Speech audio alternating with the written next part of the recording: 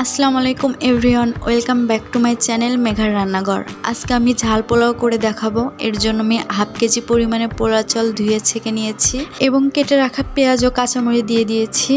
আর কিছু মশলা, তেজপাতা, সাদা এলাচ, কালো এলাচ এবং দারচিনি দিয়ে দিয়েছি। এখন তেল দিয়ে একটু নাড়াচাড়া করব। পেস্টটা একটু হয়ে আসলে এর ভিতর আমি পোলা চাল দিয়ে দিব। এখন আমি পোলার চাউলটা দিয়ে দিচ্ছি এবং এর ভিতর পরিমাণ মতো লবণ, হলুদের গুঁড়ো, অল্প পরিমাণে গুঁড়ো মরিচ, পরিমাণ মতো জিরা বাটা, আদা ও রসুন বাটা পরিমাণ মতো দিয়ে ভালোভাবে নাড়াচাড়া করে কষিয়ে নিব।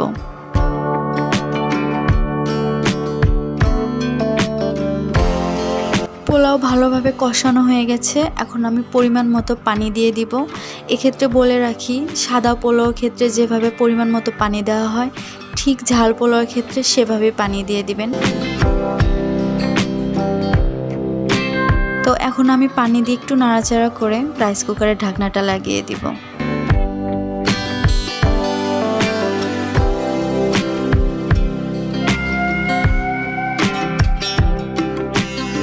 তো ভিউয়ার্স, আমার ঝাল পোলাও হয়ে গেছে। আপনারা যদি বাসায় এভাবে রাইস কুকারে রান্না করতে চান তাহলে রান্না করে দেখতে পারেন। আর আমার ভিডিওটি যদি ভালো লেগে থাকে তাহলে ভিডিওটিতে অবশ্যই লাইক দিবেন আর চ্যানেলটি সাবস্ক্রাইব করে না থাকলে সাবস্ক্রাইব করবেন। আল্লাহ হাফেজ।